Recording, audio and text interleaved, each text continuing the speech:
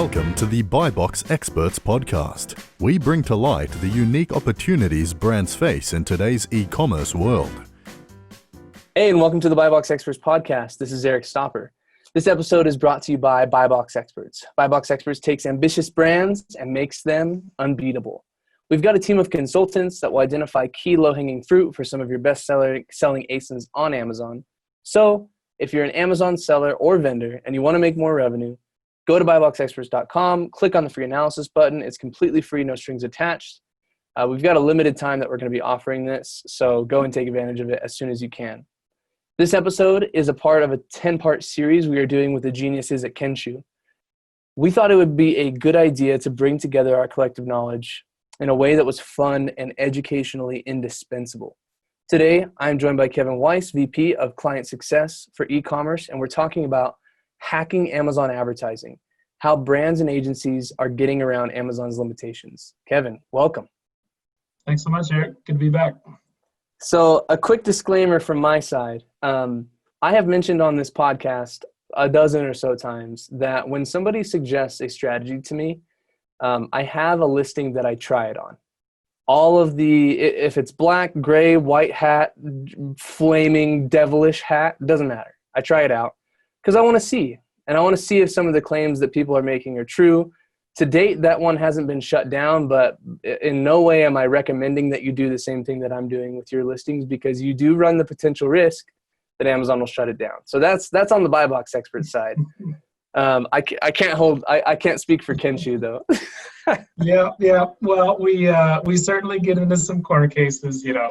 Big company operating at scale, you're going to get some different categories that people want to advertise, and so we do have those conversations with Amazon. They tend to be on a case by case, but yeah, good word to the wise out there that you threw out is always have a sandbox, know what's out there, but be careful and make sure that you've got some insulation so that you can keep on selling.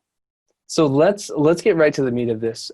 Amazon has evolved tremendously over the past 15, 20 years or so. Let's talk about some of the limitations that Amazon has. One thing that comes to mind is I was talking with Sean Martyr at Kenshu, and he was remarking on the attribution tool recently that Amazon has been using. It's not super great, right? So that would be a limitation that I see in Amazon, is not being able to actually track the demographic or the click-through or last touch, first touch attribution to your sellers, because it doesn't give you very many insights. So that's kind of one that I'll throw into the ring as we start off. Yeah, well, for a while, advertisers and brands have been trying to figure out what's driving success on my listings, and we haven't had a Google Analytics for Amazon in the same way that we have for Google, obviously. So with the Amazon attribution data, which is now open for both vendors and sellers, there's some new light that's being shed on what's happening. But largely, Amazon attribution, it's for tagging your media outside of Amazon and seeing what happens when they come back to buying on Amazon. For those of you that have been trying to figure out this equation for a while, you've been doing things like the affiliate links and checking things through Amazon Affiliate. And you've also been using the stores where you can send traffic to a store page and that storefront area and get the metrics from tagging media and then seeing how that flows through. So, there's a lot of ways that brands and advertisers have been trying to work around that and see what that conversion path is. I think to date, they're all kind of a half-baked, where you can't totally piece it together exactly how you'd like. But I do know that there's some tools out there. Just you and I were talking about Landing Cube the other day. This is one of the ways to connect the dots, is to get that email address, get that promo code. Something we didn't talk about out there was using those product inserts, which Amazon did come out and actually say this is okay with some limitation, which, again, disclaimer, you should check. But these are sort of the ways that the brands have been trying to get around it, is one of these different areas. So there's a lot that we could dig into today for sure. Yeah, I think in regards to those product inserts, there's a lot of really cool stuff that you can do within the bounds of their terms of service. They provide us that QR code that gets you right to your recent purchases, and it's customer dependent. I think that's That's a great legal hack.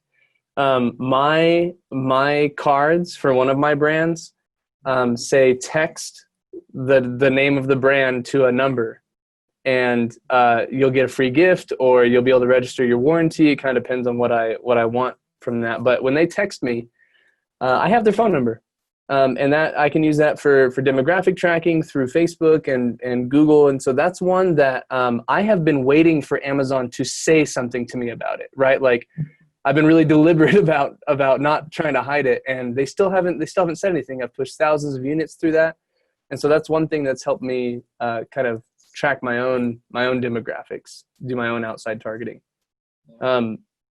What are some of the hacks that come to mind for you as we start this topic off?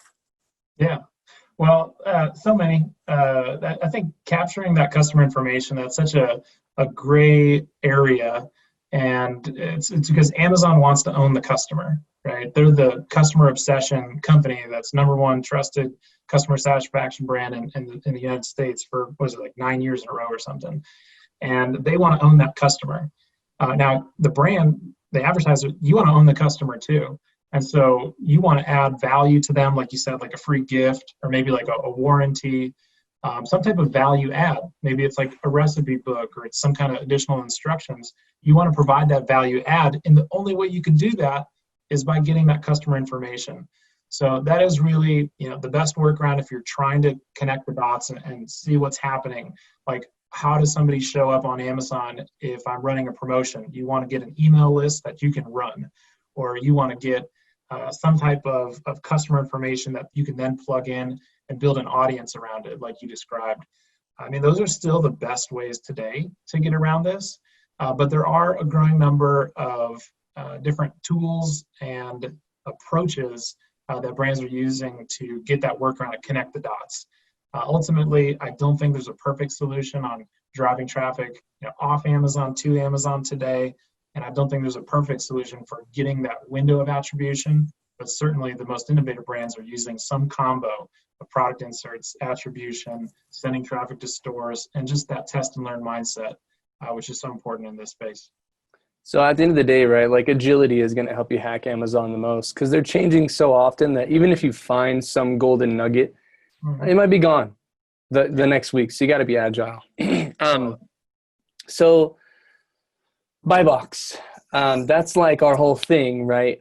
There is a lot that impacts your advertising based off of whether or not you occupy the buy box for a product. And for brands that want to sell direct, that can be a huge sticking point, right? Like, some random distributor will start selling their products, they lose the buy box, and their advertisements aren't showing up. I mean, there's probably a dozen different examples of when and how this can happen.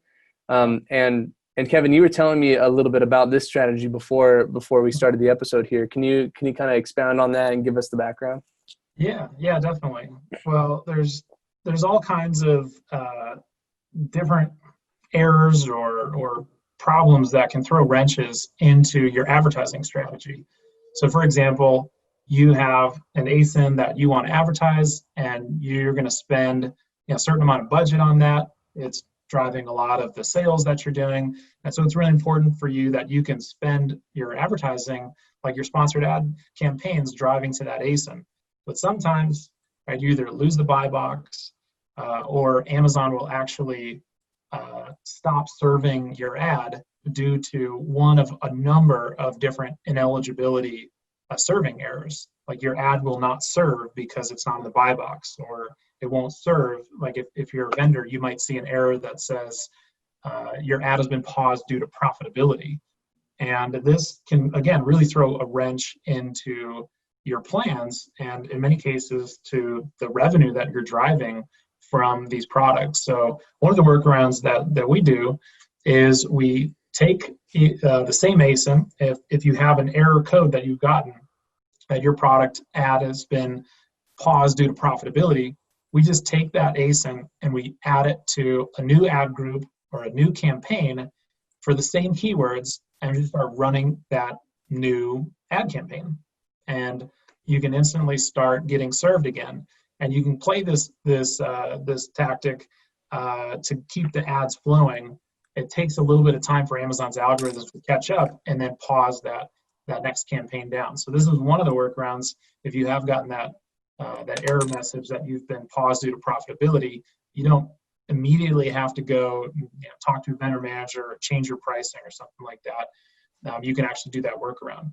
And for other brands, if you aren't winning buy box, right, you want to create your own unique ASIN that you're going to be able to command that buy box from, command the buy box for, and have that continuity serving your ads. So there's different use cases if you're a seller, a reseller, or you've got your own private label product. Different if you're a vendor, but definitely just creating a new campaign or creating some slightly different variation of that same ASIN that you can sell under the same parent, and then launch that new ad campaign. It's one of the best workarounds to keep that ad campaign rolling.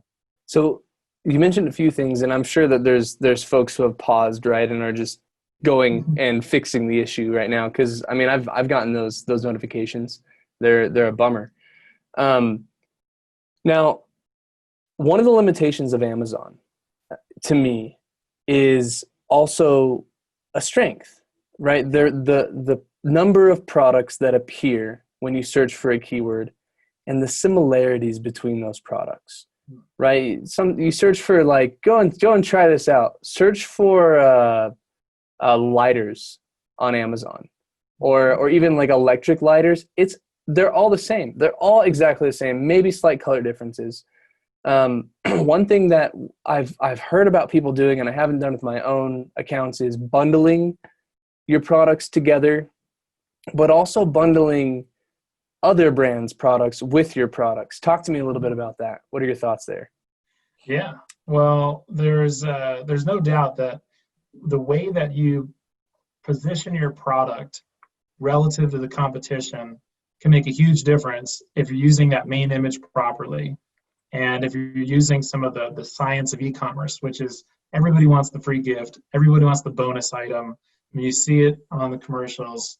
And so if you can position your product to have something more, something extra that the other products don't, you're going to command some attention and some click-through, even if it's a newer product that normally would have trouble ranking organically. But if you put it at the top of the search results with that ad, you're going to be able to get a lot of attention and a click-through rate.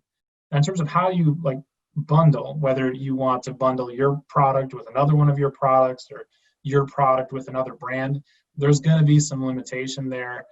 There's going to be some potential risk there on selling an unauthorized variation. But generally, the best practice would be selling it as a gift or an additional item that's yours that you can reflect in the main image, in the title. You're going to get a lot of attention. We'll be able to use advertising to get very quickly to the top and see what organic keywords you can start ranking for, which is super valuable. And when it comes to positioning, right, like we're talking literally about shelf space, but it's the scroll of your phone. It's kind of this new dynamic thing that we don't talk about a lot. Like, people, they're looking and they're evaluating products, but it's very heuristic, right? Like, they're scrolling through and just seeing very small differences between the listings that pique their interest. I saw this brand that had one of their variations said, the color of the product plus a free ebook. Like, the actual little variation tab that you can click on said that. And it inherently made me think, wow, I'm getting more value for the same amount of money that I'd spent on somebody else. Yeah. My first question on that front is that okay to put that plus in there? Like, they reserve that for colors, and even when you're creating the variation, it's like color, size. What else? There's a few other ones. Is that allowed? And would you suggest it? Yeah. Well, yeah. I mean, not every GL, not every category within Amazon allows for multiple variation types.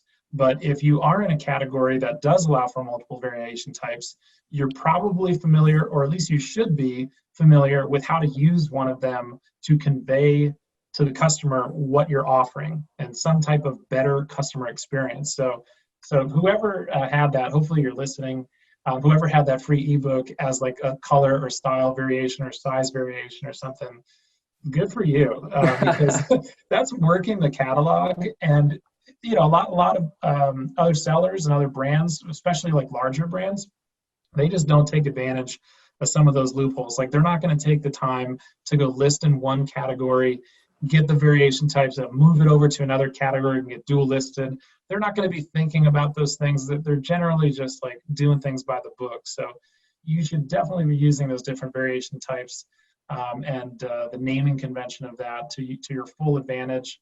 Kudos to that. That's awesome.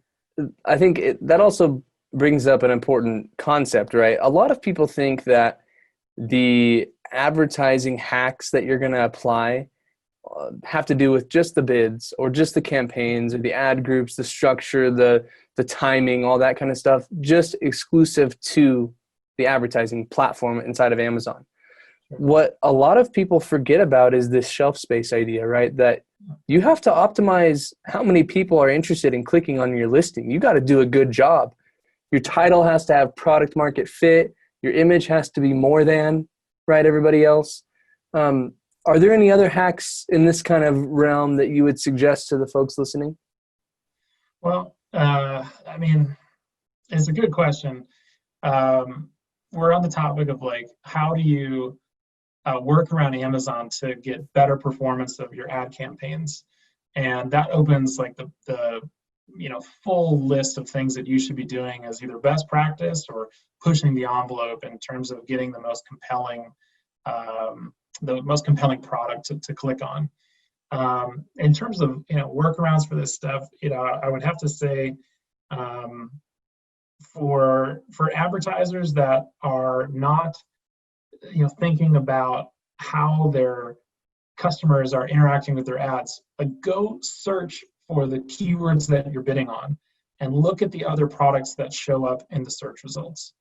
And don't just write copy for keyword stuffing. Don't just write copy for the keyword research that you did, but think about how the customer is actually going to perceive this in that virtual shelf, and take the time to think about how you need to position a little differently.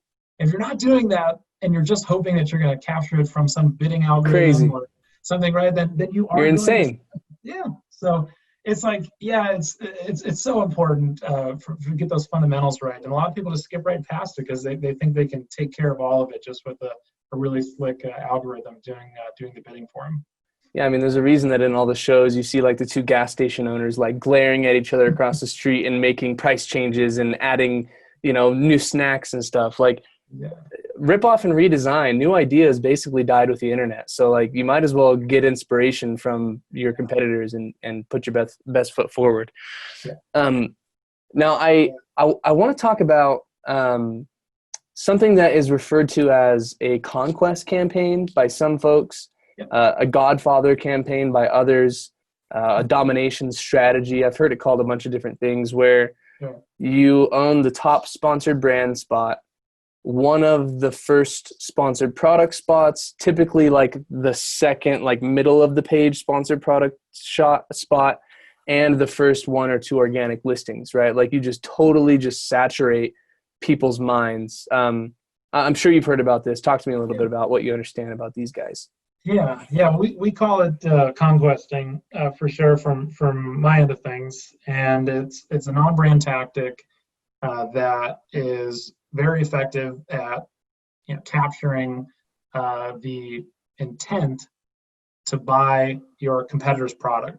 A lot of times, a customer is going to search on Amazon for a branded keyword. I mean, they've already got an idea, and that's the intent. Like they have an intent to purchase from a specific brand. And it's your job as the advertiser to get into the consideration set. Make the customer consider your product in addition to your competitor's product. And when you do conquesting, the best way to do conquesting is to start by looking at the products that your competitor has and finding your strongest competitive advantages around price and reviews, right? So start there. That's going to be your sweet spot, where if you've got a lower price and more or a higher review count, that's going to be ripe for conquesting. And then from there, look at the keywords that product ranks for. And there's some tools out there that you can do reverse ASIN search and start looking at different ways that the product may be showing up in organic search. start looking at the keywords that you want to get coverage for. And then you want to build your campaign so that not only are you targeting those specific keywords as conquesting, but you're also doing the product targeting, and you're going to make sure that your ads are showing on their product detail page, or potentially doing this as well on sponsored brand as well as sponsored product. And then the other piece, if you're really going for the full conquesting effect, is if you are using Amazon DSP, you can actually do your own targeted audiences just from visitors who have visited your competitor pages. And this is the kind of the full gamut of things that you can do to conquest and make sure that your competitor's customer who has intent to buy their product is definitely going to see your product. So that's like the total package, super valuable, and a lot of ways to measure this, which we can get to, but I'll pause there just to make sure that's clear. Yeah, that's perfect. That's perfect, man. So I would view Amazon as a pretty great product recommendation engine. One of the complaints that I get though is that there's a company who will say, I've maxed out my budget, right? Like I've said that I'm willing to spend $10,000-$20,000 on this keyword. And then their spend doesn't go. They don't reach their max level, and they wonder why. Yeah. So yeah. Well, there's a lot of reasons why you may not be able to spend the budget. I think if we're still talking about conquesting on this one, sometimes there can be relevancy challenges where your product is just not getting enough of a click-through. It's not getting a strong enough conversion rate where you can try to serve these ads and you'll be limited, and you won't be able to spend the budget that you had. But if you start with the research and you recognize where you have that competitive advantage, that shouldn't be as big of an issue. What I've seen is in terms of spending the budgets on a conquesting type of activity, you definitely want to loop in DSP as well. That's a great way to do it. You want to test your bids. You may need to start new ad groups or new campaigns similar to like what we were talking about before, because sometimes you'll see like a campaign that it gets that traction, right? It starts getting impressions and starts building up momentum, and then you have other campaigns where like some keywords just don't take off. So you might need to retool that campaign, change the bid price, relaunch that campaign again, or just try different combinations of keywords. So there's a little bit of like that. You have to keep rinsing and repeating until you get that momentum going. But those are a couple of the things that may line up with that particular use case. And what about those that have a small budget, right? They're limited by the fact that they can't really push the boulder high enough up the field in order to get it to start rolling. What do you say to those guys? What's a hack that they can use to get around that limitation?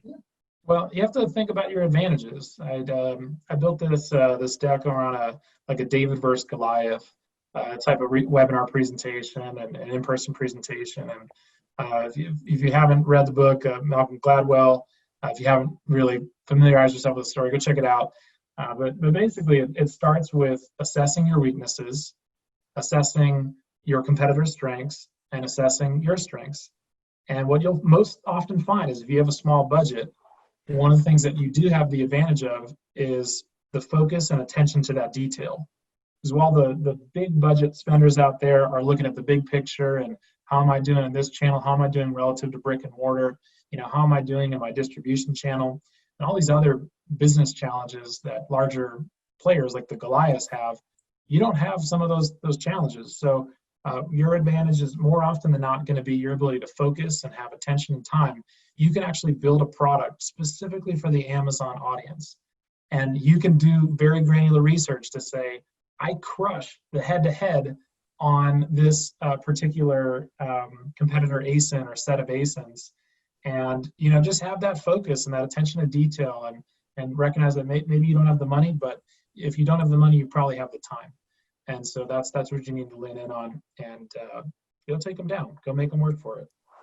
So are there some more limitations that you have found some hacks for that we can hear about from the master?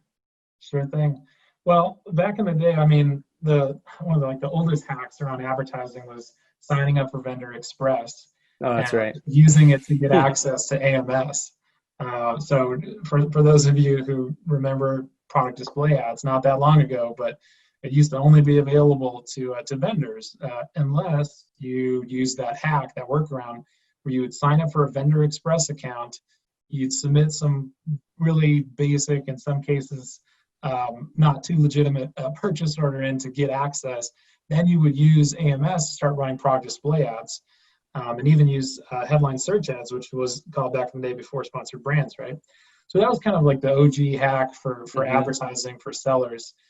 These days, Amazon has closed Vendor Express. They've closed some of the workarounds around review building and other things that would make your ad campaigns perform much better. So these days, one of the best hacks, workarounds is to combine the different tactics that you're using. A lot of times, advertisers are looking at things in these separate buckets. They're looking at their sponsored ad campaigns and their search terms, and then they're looking at their sponsored brand campaigns, and they're looking at their organic keywords. But really, like the best workaround for the ways that Amazon makes it difficult for you in some areas is that you can have concerted, focused efforts where you're going to target on this keyword with sponsored product, with sponsored brand, and you're really going to go deep, kind of like I was talking about with the conquesting strategy. So you just have to work a little bit harder to get really tight about what you're targeting and continue to stick with it until you get that momentum. And then before you know it, you're going to start ranking organically for that keyword, and you're going to be having a lot easier time bridging out into other keywords with sponsored ads that maybe you weren't as profitable before, like your ACoS was really high, but now because you've got this base and this momentum going and stuff, you can start bridging out into more and more aggressive, more competitive keywords that normally you'd get crushed on. But because you did the work and you tied it all together, you build that momentum and you build it out. Yeah. That makes sense. I've always given the trade show marketplace analogy when describing Amazon to folks, and the entrances to that marketplace are the keywords that people are searching for, right? And if you're going to not put your best foot forward on any product that you advertise, right? Like, you don't get to be the first booth. You're not going to be the best selling booth at that little trade show. Right. And I think a lot of people forget about that. So just combining all of those strategies together and singling in and using them all in conjunction. Oh, that's great. Yeah, so true. And I mean, one thing that I will say on the seller side, a lot of folks are testing with sponsored display, right? It's that new ad type that came out to basically replace product display ads. It is a stepping stone towards running with Amazon DSP. And this is a really powerful type of targeting with Amazon DSP, where it takes some of the same concepts of sponsored display, which is basically remarketing, where it goes and follows the user around the internet with ads for your product and brings them back to Amazon, try to get them to convert or buy again potentially. Amazon DSP is way more robust at doing this. And while you may not be able to do a deal with Amazon advertising to do like a deal where Amazon manages it, maybe some of you have heard of Amazon requires a minimum of $35,000 or $50,000 or $15,000 something. Like these huge minimums, right? That scare people off from doing display advertising, and they just start using sponsored display instead. I'd recommend that you work with a partner or an expert that can get you into Amazon DSP with smaller minimums. Because when you do that, you have a lot more control. Not only can you do remarketing on your products, but like I said, on the conquesting side, you can actually remarket your competitors' customers. You can build audiences to do that. So that's something that I haven't seen a lot of sellers really getting into. It's almost like they're kind of intimidated. They don't know how to get into display yet. But the most sophisticated sellers and the ones that are growing real fast and have made that ascent from small to 10 million a year on Amazon or more, they're using display and they're using Amazon DSP to do this. So that's an area worth testing for sure. I've seen two things in regards to DSP ads. And I talked to Seismic as well, which was involved in providing the ad space to them, their ad servers. So if you get a chance, SIZMEK, go look at those guys. They've got some amazing machine learning protocols that they've built. They've got all these cool research papers and stuff. Really cool company. But with DSP, my understanding is that the return on ad spend is typically pretty low. You're spending maybe 50 cents to get $1 of revenue sometimes if you're really poor at it and your customers aren't great at clicking through. But what I've found as well is that brands that have used the DSP have seen an increase in searches for their brand name and lower funnel keywords. And so, there's good things and there's bad things about the DSP, but what's kind of the secret sauce of really running these things the right way so that you can yield that high ROI and then also track the impact that it has on other parts of your business? Sure thing. Well, first off, there's Amazon. I'm pretty sure that hit the news. Acquired Seismic, or is acquiring that. I feel like they closed it, but yeah. So there's plenty of reason why. If you're new to the space or you haven't checked them out, there's a whole world within ad tech of people buying out other people and stuff moving quickly. But Amazon DSP, their capability is definitely improved through a lot of deliberate efforts. And I think there's right ways to use it, there's wrong ways to use it. And I'll frame it this way. Like if you're used to seeing an ACoS of like 10%, and you take comfort in seeing a click, and then you see a conversion, and you can connect the two like really seamlessly, DSP is going to require you to think a little bit differently. It's going to require you to maybe look at success a little bit differently in a more holistic way. And one of the ways that you can look at it is through a cost per impression, or CPM, that cost per 1,000 impressions. And what you can do is you can actually do the math. Like this is something you're listening right now, you've got an ad campaign. Take the number of impressions that you're getting in your sponsored ad campaign, divide it by the cost. You can do the math. You can calculate your cost per 1,000 impressions. And like just go Google this, or we'll throw in the show notes. Calculate your cost per 1,000 impressions, or your CPM, in your sponsored ad campaigns and your sponsored brand campaigns. You may find that the cost for 1,000 impressions is anywhere from a couple bucks to maybe as high as like $50. And if you compare that cost basically of just getting somebody to see your ad, and then you compare that to what you can get on Amazon DSP, you can actually in many cases get a much lower cost for getting those same eyeballs in very, very good placements. So like you have to look at it a little bit differently, I guess is kind of the message there. But you can calculate the CPM, and then you can compare that to the cost of reaching that same audience, that same customer. And in many cases, it's a lot cheaper through DSP. So you don't necessarily just want to look at the ACoS that you got, or the return on ad sales. You want to look at how much does it cost me to reach my target audience. And yeah. Yeah, I think one thing that's really important here too is that when you're crafting an ad for outside of Amazon, not everybody is just going to click through on that.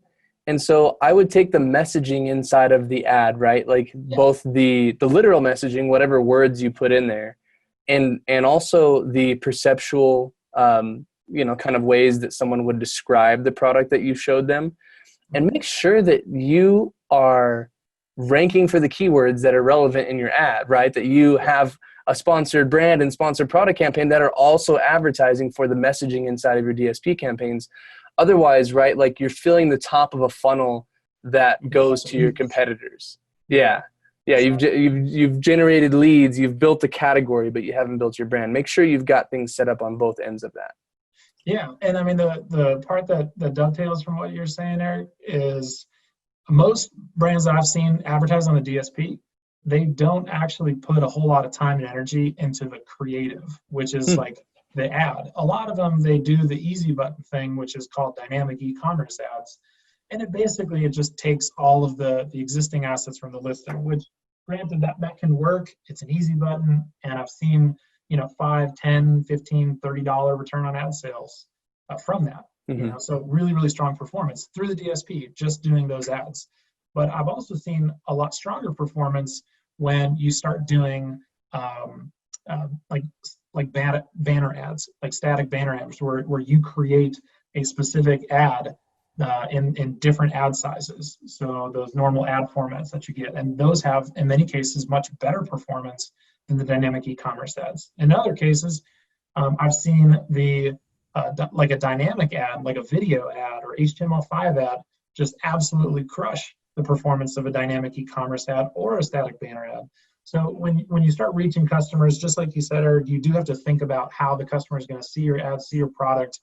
But if you have time and not a lot of budget, like the scenario that you described, you can spend time creating those banners, creating those ads, and then getting really targeted, hitting the right customer, and you can get huge lift on there where you're not limited the same way that you are with keyword advertising. You just may have to look at it differently, and the things that you're doing and spending time on just might look a little different than some of the things when you're doing search advertising with sponsored product and sponsored brands. So this is an area that I think the smartest and savviest sellers and vendors alike have been innovating and testing around, and they're citing it as some of the main growth drivers for the business. So if you get it right and you're getting the good results, it's huge. You can scale it. It's really, really effective. Yeah, it typically looks different on the outside too. When someone is really a pro these days, you can tell. Yeah. They've got a good setup. They show up everywhere that they should. Man, I swear there's some like email marketing campaigns that I've been in for like a year, but I don't unsubscribe because they're doing it right. I think that's kind of the same idea here. Yeah, appreciate the craft, right? And sell to me. Yeah. I got this big brain. I can figure it out. Yeah. Oh man. So, what about coupons? Yeah. I'm looking like there's an advertising tab on Seller Central, and there's the campaign manager, A+ content manager, early reviewer program. Those, the A+ manager and early reviewer, those don't even seem like advertising products, but I guess Amazon views them as such. And right here I see coupons. Sure. So how can you use coupons to hack your Amazon advertising? Well, good question. Anything that you can do to get additional badge or additional sense of urgency for the customer to buy is going to improve the click-through rate and the conversion rate from your ads. So I don't have all the data prep with me. This would have been a good one to have, actually. Like the increased performance on your ad campaigns when you're running an active coupon, and if that's percentage off or dollar off, but you definitely see the increased performance on it for sure. I've got some numbers to back Kevin up too. So we've seen increases of 60 to 240% on click-through rates for listings that have a coupon as opposed to not having a coupon. It adds an additional layer of value. It's also green, right? Like you're basically putting a little green light on your listing, and Right. us, we're all monkey shoppers, right? We're using shortcuts to make our decisions. We want to touch the green thing, right? We want to go catch the little dragonfly. Yeah, e-commerce is a science, right? And so this is one of the reasons why Amazon has all these badges. They work, right? So if you're the number one new release, or if you're the best seller, you're Amazon's choice. If you're on coupon, if you're on lightning deal, it's a daily deal. I mean, there's all these different badges, and if you can activate one of them, you will get better performance in your ad campaign. Be smart about that. I like to recommend that you build a little bit of margin into your pricing so that you can run discount, like you can run on promotion and not feel like you're losing money, but build that in, like build that cost in there for promotion so that you can run it, and it's going to give you better performance both with your ad campaigns, and it's going to push more dollars to the bottom line if you're building that into your cost model when you go to market with a product. There are miles and miles of marketing research to support these ideas, right? Like if you just showing the strike through on a price shows this inherent deal that people are getting, and they click on it more often, right? Like the numbers are in, and these are the tactics that work. For sure. What else do we have? What other limitations can we fill in the gaps with some Amazon advertising hacks? Yeah, well, without a doubt, the Amazon native UI, it's taken its fair share of flack and criticism for being really basic, and credit to Amazon, they've made it a little bit better, and they've done a lot of work on the back end to build for scale and to make it better faster. But there's still no doubt about it. There's things that you should and need to be doing as an advertiser that you simply cannot do in the Amazon native UI. So if you're going to advertising.amazon.com, or if you're going to Seller Central, you're navigating the campaign manager and you're managing your campaigns through there, you are missing out on low-hanging fruit and performance that you can get through some different tools. And so obviously, I've got plenty of bias in this regard. We've got a ton of different features and functionality that take advantage of automation, machine learning, AI, and also rule-based optimization that just hacks the way that Amazon normally allows you to run advertising. So if you're not using an ad platform, or if you're not working with a partner that is using ad tech to take advantage of automation, you are missing out. You need to change that, and hopefully you'll take a look at us and also the other experts out there that are using it. That's perfect. Kevin, thank you so much for coming on. Thanks for having me, Eric. To finish today's podcast, I want to share some final thoughts. For third-party sellers to be successful on Amazon, you've got to get reviews. We at BuyBox Experts are really big fans of the team over at Ecom Engine and its tools that help Amazon sellers simplify the process of soliciting reviews from customers who purchase their products. For more information, go to ecomengine.com. Thanks for joining us today. Thanks for listening to the BuyBox Experts podcast. Be sure to click subscribe, check us out on the web, and we'll see you next time.